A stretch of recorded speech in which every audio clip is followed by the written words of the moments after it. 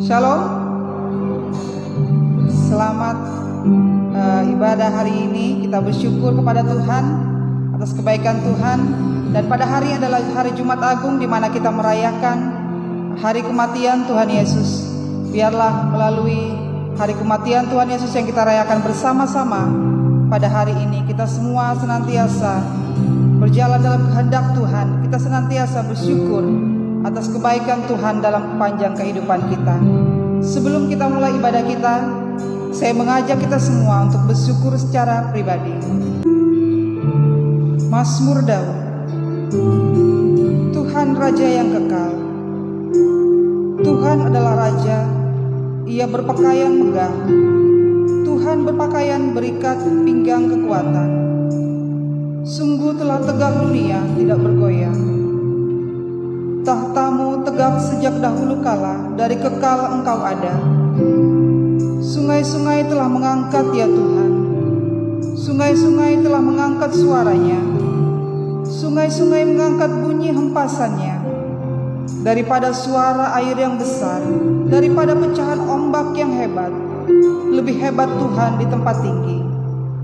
Peraturan-Mu sangat teguh, bait-Mu layak kudus ya Tuhan untuk sepanjang masa. Bapak Ibu Saudara, marilah kita menyiapkan hati kita untuk mendengarkan kebenaran firman Tuhan. Kita menyanyikan satu pujian, penyembahan kita kepada Tuhan. Hidupmu berharga bagi Allah. Hidupmu berharga bagi Allah. Tiada yang tak berkenan di hadapannya. Dia ciptakan kau surut gambarnya. Sungguh terlalu indah kau bagi Dia. Dia berikan kasih-Nya bagi kita. Dia tak relakan segala-galanya. Dia disalib untuk tebus dosa kita. Karena hidupmu sangatlah berharga. Bulu yang terkulai takkan dipatahkannya. Dia akan jadikan indah. Sungguh lebih berharga. Sungguh yang telah pudar takkan dipadamkan. Dia akan jadikan terang untuk kemuliaan-Nya. Bulu yang terkulai takkan dipatahkannya. Dia akan jadikan indah. Sungguh lebih berharga. Sungguh yang telah pudar takkan dipatahkannya. Dia akan jadikan terang untuk kemuliaan-Nya. Bulu yang terkulai. Bulu yang terkulai takkan dipatahkannya. Dia akan jadikan indah. Sungguh lebih berharga. Sungguh yang telah pudar takkan dipadamkannya. Dia akan jadikan terang untuk kemuliaan-Nya. Dia akan jadikan terang. Dia akan jadikan terang untuk kemuliaan-Nya. Dia akan jadikan terang. Dia akan jadikan terang untuk kemuliaan-Nya. Dia akan jadikan terang, katakan. Dia akan jadikan terang untuk kemuliaan-Nya.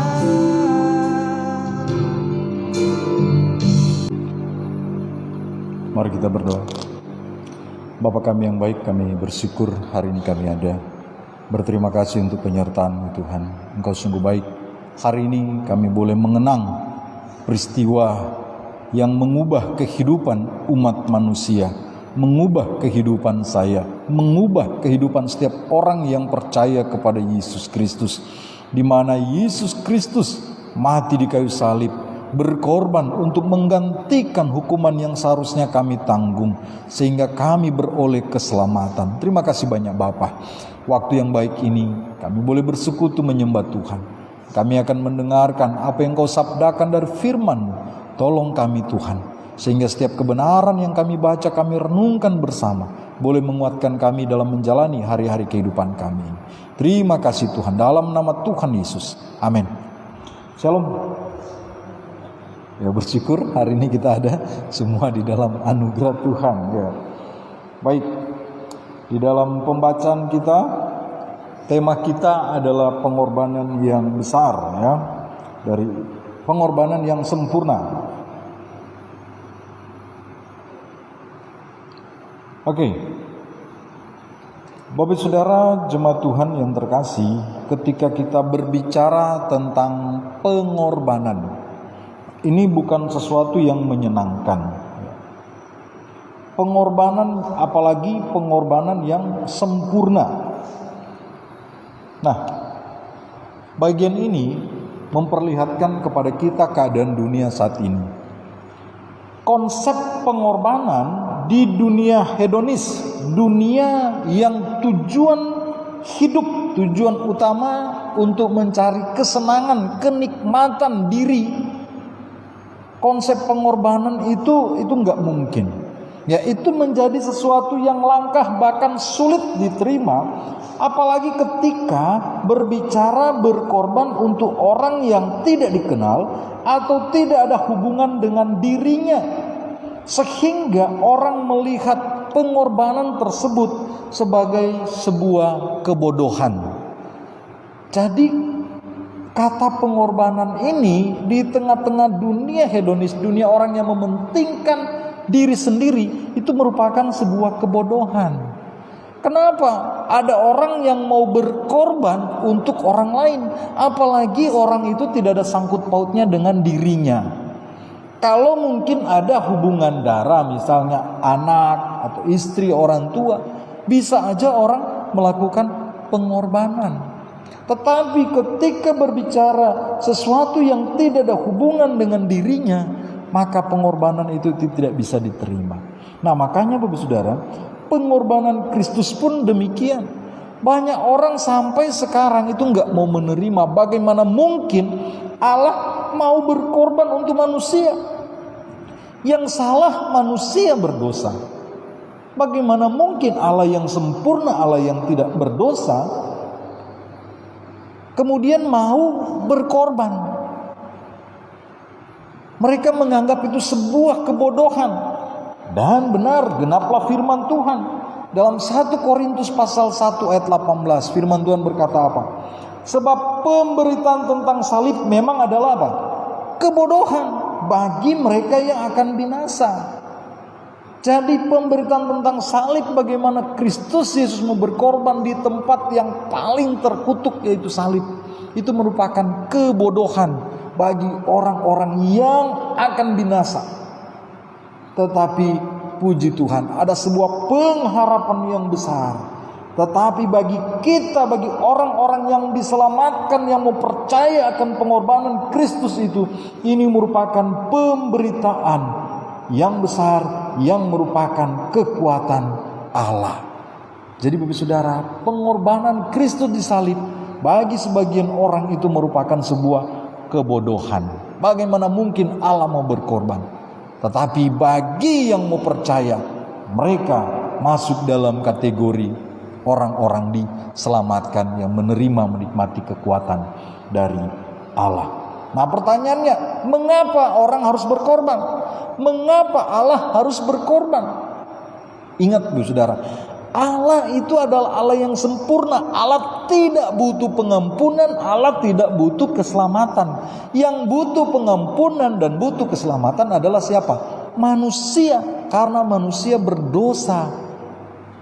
Makanya manusia butuh pengorbanan. butuh korban, dan itu ditetapkan oleh Allah di dalam kitab Taurat. Supaya manusia ini tidak dihukum, harus ada korban yang menggantikan manusia ini supaya dia tidak dihukum. Jadi kalau tidak ada korban pengganti, maka manusia ini akan binasa. Itu ketetapannya. Nah, tanpa korban manusia akan binasa. Bahkan di dalam pembacaan kita ayat 27 bagian A itu jelas sekali. Bahkan imam-imam besar pun yang ditugaskan, yang diberikan kepercayaan untuk membawa korban pengganti, korban penebus salah, penebus dosa, mereka pun harus mempersembahkan korban untuk dosa mereka sendiri. Sesudah itu barulah untuk korban pengganti bagi dosa umat-umatnya. Jadi kita lihat, siapapun kita manusia, bahkan di dalam konteks perjanjian lama, para imam yang datang membawa korban persembahan, mereka terlebih dahulu harus mempersembahkan korban untuk dosanya sendiri, baru dosa umatnya. Artinya apa? Tidak terkecuali siapapun kita, dalam kategori apapun, tingkat apapun, strata apapun, tokoh-tokoh agama sekalipun yang memberitakan tentang Allah sekalipun, tetap membutuhkan pengorbanan Allah sebagai pengganti supaya kita tidak mengalami penghukuman dari Allah. Nah, Bapak Saudara, di dalam hukum Taurat itu merupakan sebuah bayangan saja dari keselamatan. Jadi kalau tadi imam besar harus membawa korban pengganti binatang yang harus disembelih, dikorbankan untuk kemudian menghapuskan dosanya, itu merupakan gambaran akan keselamatan yang telah ditetapkan oleh Allah yang akan datang, sebagaimana yang dituliskan dalam Ibrani pasal 10. Di dalam hukum Taurat itu sebuah bayangan saja dari keselamatan yang akan datang, dan bukan hakikat dari keselamatan itu sendiri. Karena itu, dengan korban yang sama yang setiap tahun terus menerus dipersembahkan, hukum Taurat tidak mungkin menyempurnakan mereka yang datang mengambil bagian di dalamnya. Jadi Bapak Saudara, konsep keselamatan sekali lagi sejak awal kejatuhan umat manusia, kejatuhan Adam dan Hawa, telah diperkenalkan Allah kepada manusia. Bagaimana ketika berdosa harus ada korban pengganti. Kalau tidak ada korban pengganti, maka manusia yang berdosa itu sendiri yang akan menjadi binasa. Dan itu digenapi dalam Kristus Yesus Tuhan. Di dalam Kristus Yesus yang menjadi imam besar. Dia menjadi imam besar yang sempurna. Kenapa? Karena ia telah melintasi kemah yang lebih besar, yang lebih sempurna, yang bukan dibuat oleh tangan manusia. Artinya Bapak Saudara, dia tidak termasuk dalam ciptaan itu sendiri. Jadi sekali lagi, kalau tadi imam-imam besar setiap tahun harus mempersembahkan korban penghapus dosa untuk menebus dosa mereka, Kristus tidak. Sekali untuk selamanya. Kenapa? Karena korban Kristus secara pribadi itu adalah korban yang sempurna. Sedangkan setiap tahun imam besar mempersembahkan korban penghapus dosa, itu membuat kita manusia mengingat akan setiap salah dan dosa-dosa kita. Tetapi sekali lagi, di dalam Kristus yang datang sebagai korban yang sempurna, itu menyelamatkan kita satu kali untuk selama-lamanya. Makanya Saudara, dalam Ibrani pasal 7:25 berkata, karena itu ia sanggup juga menyelamatkan dengan sempurna semua orang yang oleh dia datang kepada Allah, sebab ia hidup senantiasa untuk menjadi pengantara mereka. Jadi Bapak Saudara, Yesus yang datang melintasi kemah di dunia ini, dia tidak berasal dari, dia tidak termasuk sebagai ciptaan karena dia adalah Allah sendiri. Dia sanggup menyelamatkan dengan sempurna yang oleh dan yang semua orang mau datang kepada Allah melalui Yesus Kristus Tuhan. Itulah yang kita peringati hari ini sebagai hari kematian Yesus Kristus, dan kita sebut sebagai Jumat Agung. Dan lihat baik-baik pasal 7 ayat 25 berkata bagian terakhir, sebab ia Yesus hidup senantiasa untuk apa? Menjadi pengantara. Pengantara siapa? Pengantara antara kita orang yang berdosa dengan Allah yang maha suci. Tanpa Yesus, tanpa pengorbanan Kristus yang sempurna, kita tidak mungkin bisa memiliki hubungan yang baik dengan Allah. Kita akan tetap menjadi kaum pemberontak tanpa pengorbanan Kristus. Ayat 26 dan 27, sebab imam besar yang demikianlah seperti yang Kristus lakukan yang kita perlukan.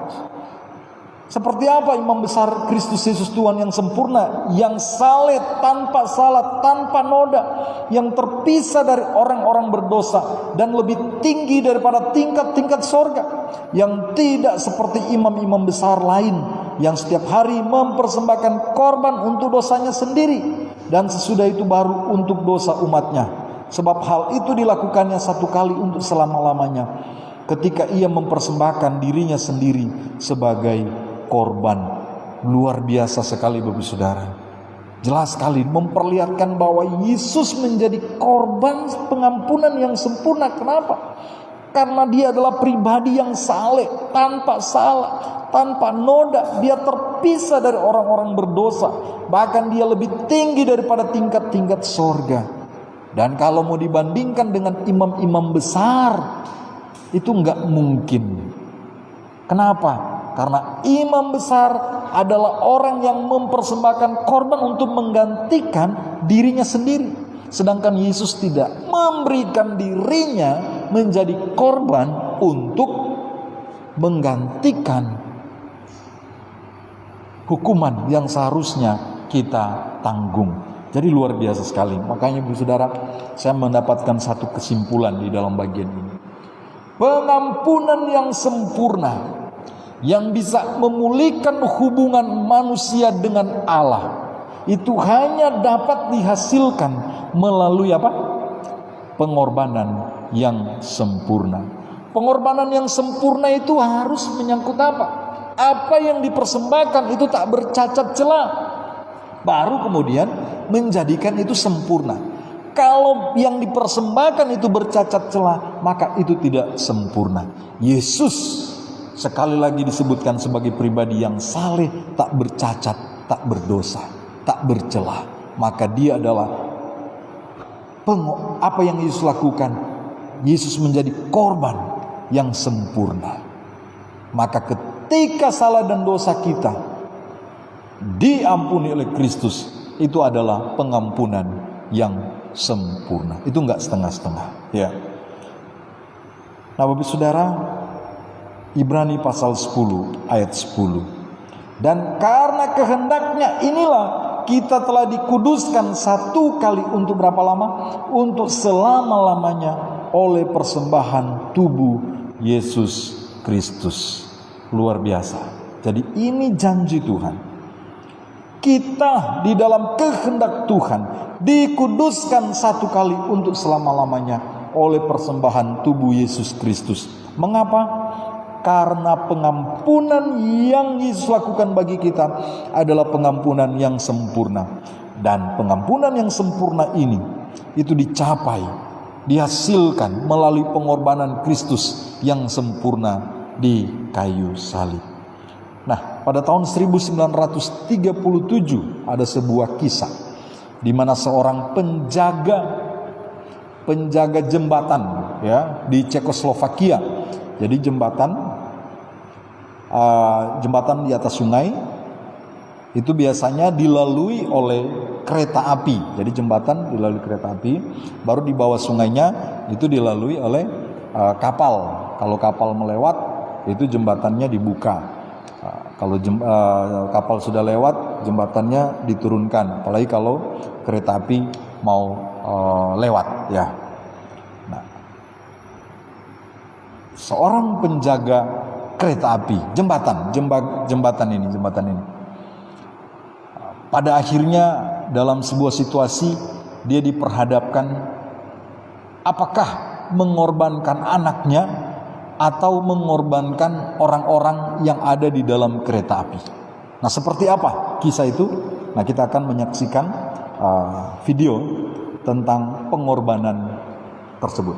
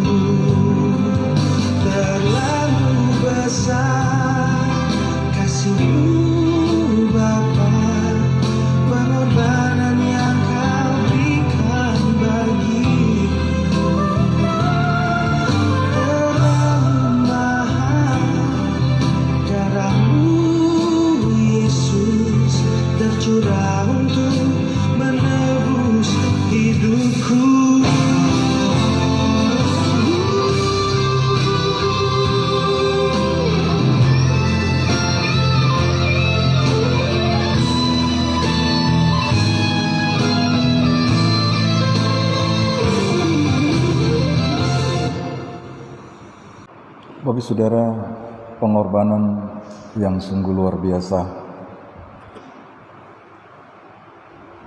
Kristus telah melakukan lebih daripada apa yang kita lakukan. Pengorbanan yang Kristus berikan itu sangat sempurna. Saya sangat tersentuh di bagian terakhir. Saya sudah beberapa kali nonton ini, tapi hari ini saya mendapatkan satu yang agak lebih panjang, yaitu ketika perempuan yang kecanduan, yang di kereta api itu, yang kemudian dia berhenti, dia bertobat, dan kemudian dia gendong anak. Ya, itu adegan yang membuat saya sangat terharu dan mendapatkan sesuatu yang baru. Ya, kita lihat tadi anak tadi digendong bapaknya tadi, ketika lihat anak itu saya percaya dia pasti ingat anaknya yang telah mati. Tapi bagian terakhir kemudian ketika dia lihat anak itu senyum, bapak ini kemudian senyum dan dia bersukacita. Kenapa? Karena satu yang saya dapatkan, anaknya yang mati itu nggak butuh pengorbanan, tetapi ibunya yang kemudian sedang terikat di dalam narkoba itu butuh pengorbanan.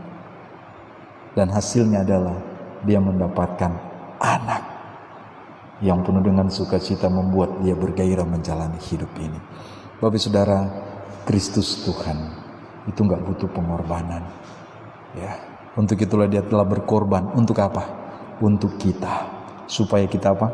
Memiliki sukacita besar dari Allah, menjalani kehidupan ini dengan penuh sukacita. Saya percaya ketika Kristus berkorban di kayu salib, itu bukan sebuah penderitaan yang gampang. Ya, saya percaya sorga berduka ketika Kristus harus melalui pengorbanan tersebut. Tetapi hasil dari pengorbanan itu luar biasa, membawa sukacita yang melimpah, baik di sorga maupun di bumi. Kiranya Tuhan memberkati kita memaknai Jumat Agung, mengingatkan kita bahwa pengorbanan yang Kristus lakukan di kayu salib adalah pengorbanan yang sempurna, sehingga dia memberikan kita pengampunan yang sempurna, supaya kita boleh menjalani hari-hari kehidupan kita dengan penuh sukacita. Tuhan Yesus memberkati. Mari kita berdoa. Bapa, kami berterima kasih hari ini boleh memperingati hari kematian Kristus Yesus, di mana oleh karena salah dan dosa kami, Allah rela mengutus, memberikan putranya yang tunggal untuk mati di kayu salib, menggantikan hukuman salah dan dosa kami. Terima kasih Tuhan. Terima kasih, walaupun kami tahu pengorbanan Kristus tak tergantikan dan tak terbayangkan, tetapi kami tahu kalau kami ada saat ini menikmati kehidupan dengan segala keberadaan kami, ini merupakan berkat atas pengorbanan yang Kristus telah berikan bagi kami. Terima kasih banyak Bapa. Untuk itu hamba berdoa, Tuhan terus menguatkan kami sebagai orang-orang yang telah diselamatkan, dipilih oleh Kristus, diselamatkan dan telah mengalami pengorbanan Kristus, untuk boleh terus hidup di dalam kasih karunia ini.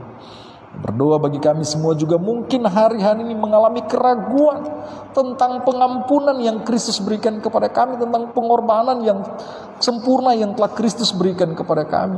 Tuhan tolong kami sehingga kami boleh diingatkan bahwa apa yang Kristus lakukan bagi kami itu merupakan pengorbanan yang sempurna, yang tak terbantahkan, sehingga kami boleh hidup di dalamnya. Tuhan, terima kasih.